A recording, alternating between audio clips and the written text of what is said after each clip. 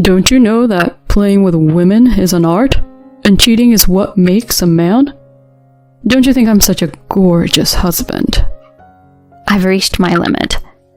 I am Martha, 52 years old. I work part-time as a cleaning lady in a nursing home.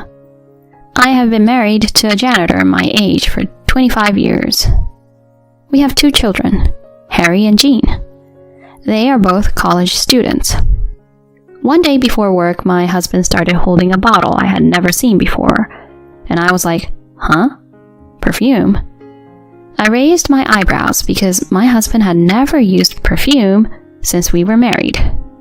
Then he gave me a condescending look and said something about why I shouldn't use perfume. No, it's not bad, but...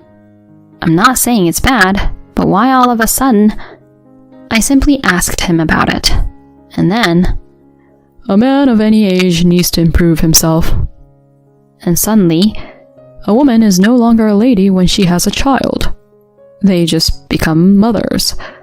A man is still a man because he doesn't have to give birth.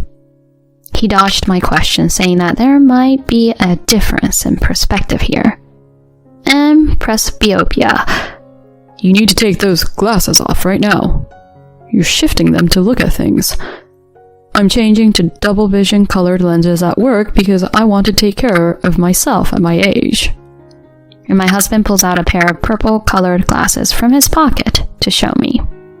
It was a very shiny pair of glasses with silver frames on the top. He didn't seem to like the way I was judging him by the look on his face. As he put the perfume away in his bag, he sprayed it in my face. I gagged on the harsh mist. I coughed and cried. It's a sanitizer for an old hag. He laughed, and laughed, and laughed, and then he slammed the door and went to work. Perfume? Colored glasses? I was horrified by this surprising array of things, and I was also horrified by his aggressive way of talking to me, spraying perfume on my face. That was the beginning of my husband's aggressiveness towards me. The next day, I was standing in front of the bank, feeling very sad. Why was my husband like that yesterday? I don't think there is a single person who wouldn't be depressed by getting belittled and having perfume sprayed on their face. But I didn't want my sons to see me unhappy. And also, because of my pride in working at the nursing home, I never wanted the people at the facility to see a depressed face. So, there was only one solution. I was a little bit depressed at times like these. Let's go out for a nice lunch alone to blow off steam. I have a bank account with my earnings from my days when I used to be single. I went out in front of the station with a bank book of my personal account.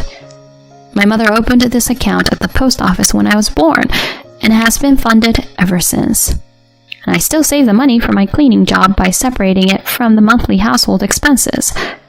I had hoped to use it for my first and second son's weddings, and I have been spending up to $50 a month of it on treats like this. But I didn't feel the need for a reward so soon and didn't use it for a few months.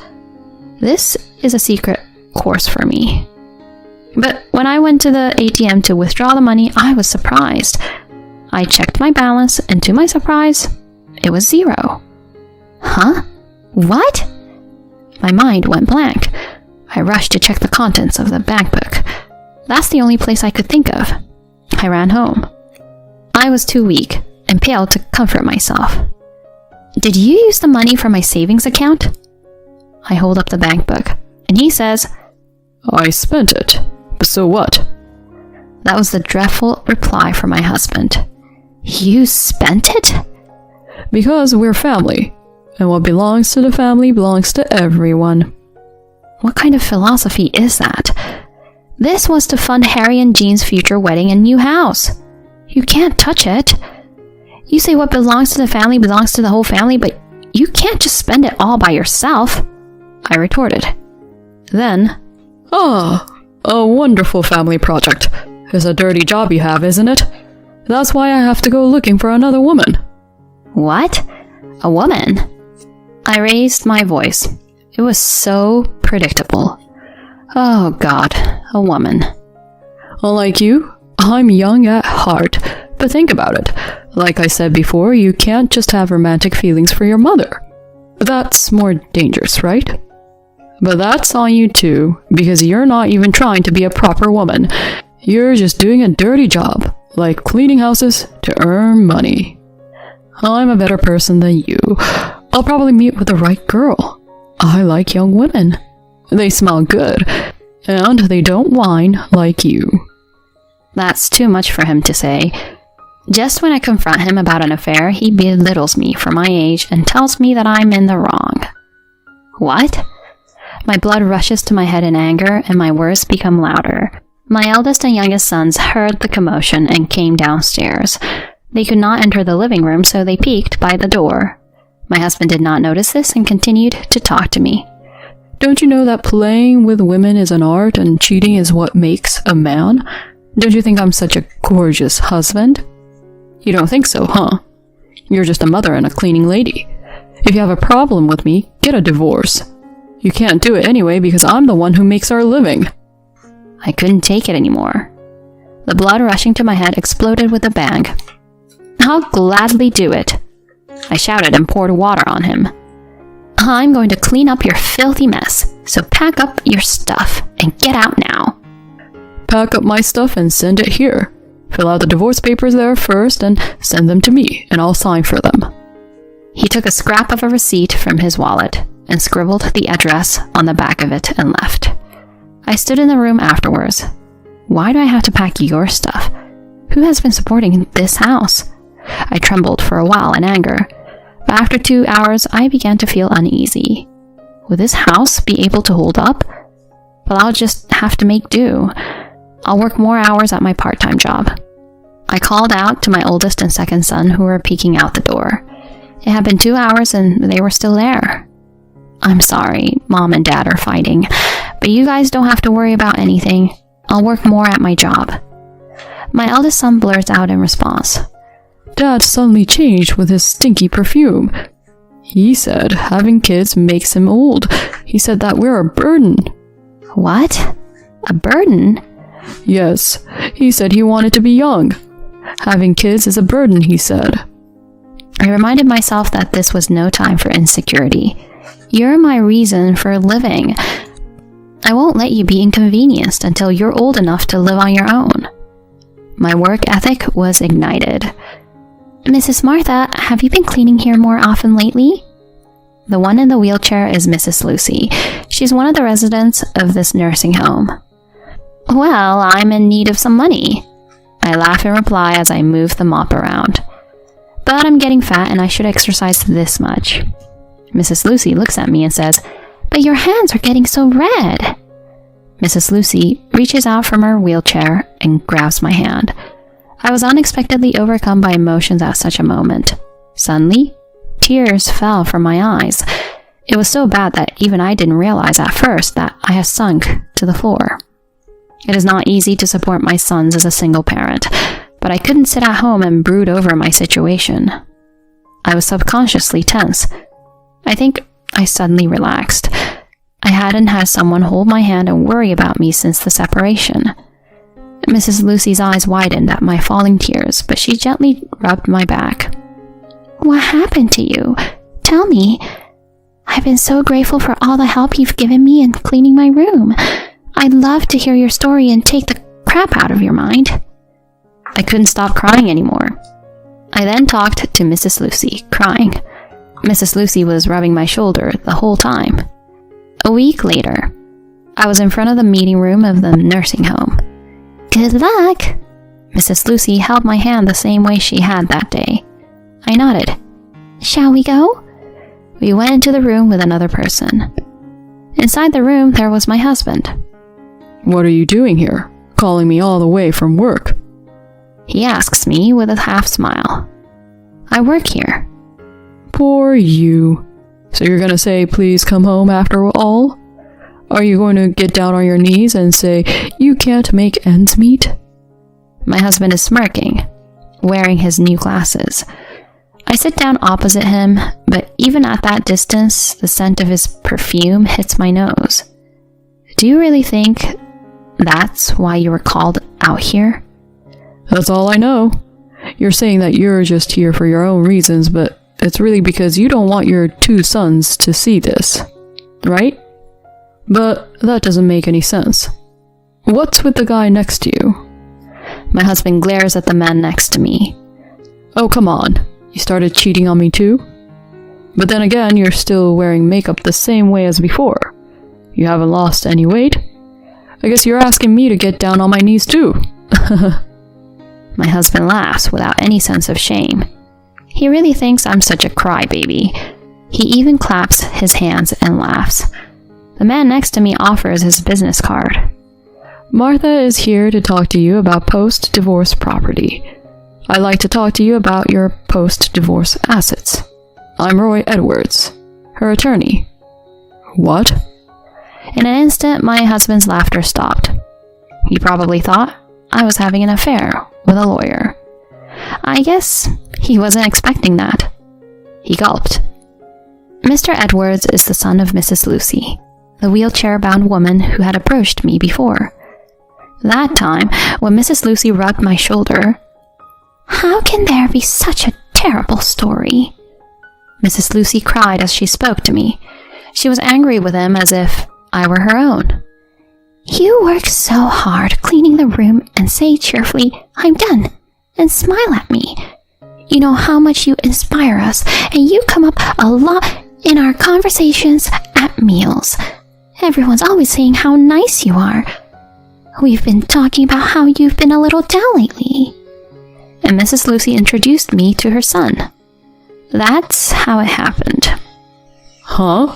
She's the one who asked for the divorce. I'm not paying alimony. I wouldn't have divorced her if I wanted to pay. My husband's attitude changed as soon as he heard the word lawyer. He suddenly spoke respectfully and toned down his voice. Where was his, "I'm getting a divorce" now? I won't give you a divorce if you're going to make me pay. He's really saying that? But Mrs. Lucy smiled. Whoever requested the divorce doesn't have anything to do with the payment of alimony. And if you don't agree to the divorce, we will go to court. I'm going to explain now that you, the husband, is entirely to blame. It's due to cheating. You don't believe that this is unfair and that the husband is entirely to blame? There's a reason, but...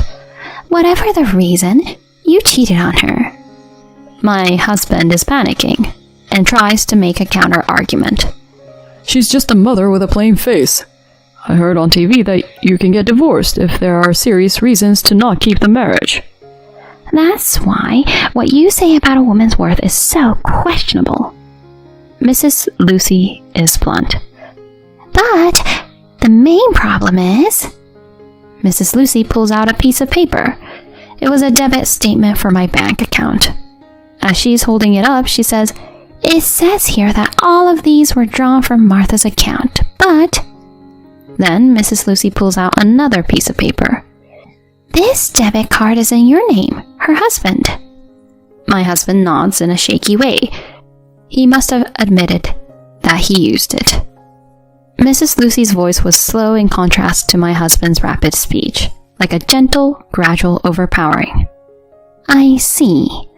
Mrs. Lucy looked at me, and she confirmed it. "Do you have any memory of making cards like this?" I shake my head. I breathe in and answer clearly. "No." Mrs. Lucy turned her face back to my husband. "It looks like this was made with a family card linked to this account. You made a card without your wife's knowledge and falsified the application form. Therefore, you are guilty of forgery." What's that? "It's a crime." What?